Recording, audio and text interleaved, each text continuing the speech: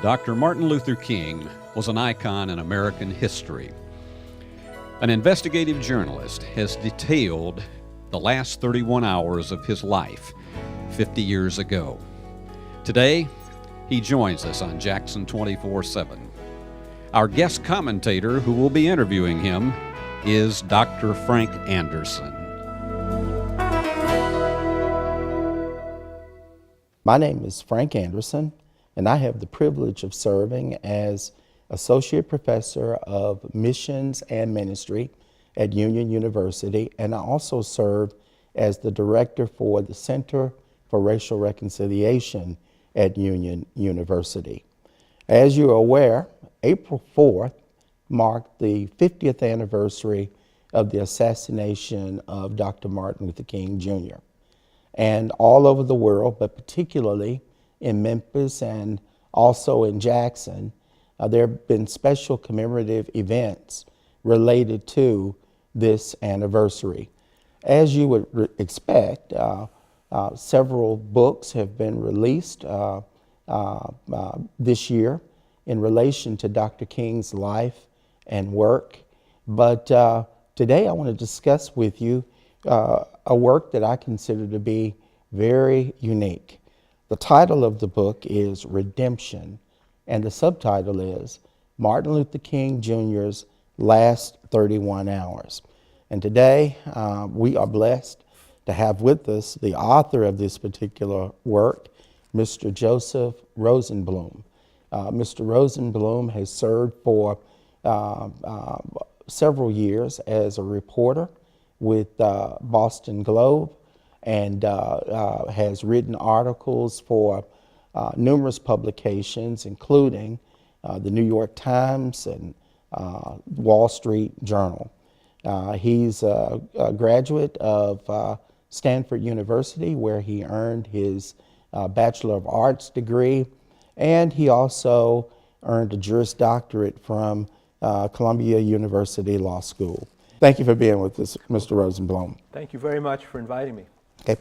Now, in the preface of this particular work, you provide a little bit about your background, and interestingly, you were born here in Jackson, Tennessee, and you've had an interesting journey over the years, but you also expressed that an internship at the Commercial Appeal in 1968 really seemed to be the spark for this particular work. So how did you get from Jackson to the Commercial Appeal? Well, you're right. I did have the internship in the summer of '68. Just a small note. I actually wasn't born in Jackson. I was born. My father was in the Army when I was born, and my mother had gone back to New York, where she was from, to have me. I regret that I wasn't born here, because I grew up here, and I always wished that I had been born here. But unfortunately, I was New York City, of all places. So in the summer of 1968, I had this internship at the Memphis paper, the Commercial Appeal, and it was a natural place for me to look for a summer job, because I was from Jackson, and it was easy for me to visit my family, and I lived in Memphis for the summer, but I looked to the local paper of consequence. The closest paper in a sizable city was the one at the Commercial Appeal in Memphis, and that's how I wound up there. Okay. Before we get into the book, having read this work, I am greatly impressed with the amount of research that you had to do in order to write this work. Talk to us a little bit about the research effort. Well, so I started in 2006 interviewing people in Memphis, and I was interested in talking to as many people as I could find who had been immersed in the events of 1968. So Dr. King was in Memphis in March and in April, 3 visits, and there were a lot of people who had some sort of interaction with him when he was there. And when I was an intern at the Commercial Appeal, I started hearing stories about what happened there. And I thought there might be more to the fuller story of Dr. King in Memphis than I was hearing at the time. And then I ultimately started reading biographies in the interim between '68 and 2006. And I read widely all the obvious biographies about him, and then decided that I should look into it for myself. So beginning in 2006, on visits to Jackson, I stopped in Memphis and interviewed, over the next 12 or so years, interviewed a wide variety of people, including civil rights activists, ministers,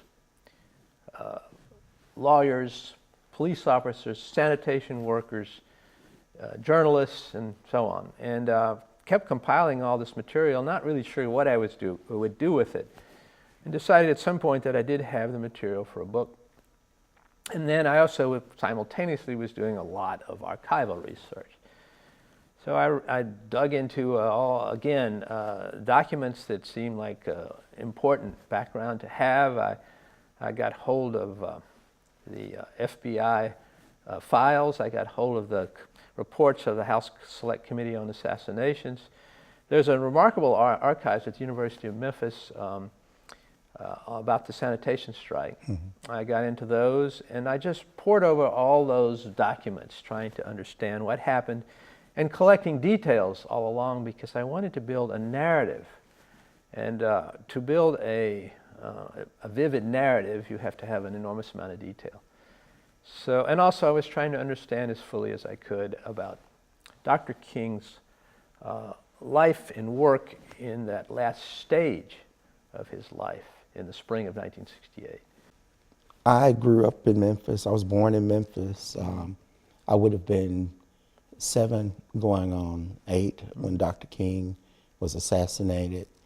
My father and I were very close, and he was a pastor, and we had the opportunity to be around a lot of pastors during that time, and even had the opportunity to engage with some sanitation workers. So when I think of April 4th, 1968, the subtitle of this book grabs my attention. Martin Luther King Jr.'s last 31 hours. I would have been willing to pick this book up on the basis of the subtopic. But somewhat jumping to the end of your book without giving away all of the detail of the last chapter, you chose to entitle the book Redemption. That's an interesting title. Explain your reason for using that title. The title has a triple meaning. The first meaning refers to Dr. King's return to Memphis on the morning of April 3rd to redeem his reputation as a nonviolent leader. He had been in Memphis, as I said, twice before. The second visit was to lead a march. It was on March the 28th, was to lead a march through downtown Memphis. The march quickly turned into a riot. It was a small number of youths broke away from the march, and they smashed windows and looted stores and so on. And as a result, King was being widely denounced as no longer having control of his movement, no longer able to keep it nonviolent. So he comes back on the morning of April 3rd to lead another march. The second march, he was determined, would remain nonviolent. So as he returns, he wants to redeem his reputation as a nonviolent leader. There's a second meaning. The second meaning the second meaning refers to his determination in the spring of 1968 to redeem what he considered the promise of the federal government that no citizen live in poverty. It's an idea that he derived from the Declaration of Independence, as it affirms the right to life, liberty, and the pursuit of happiness. There's a third meaning. As he saw it, as this idea of redemption, to a large extent, I derived from what he believed. He believed that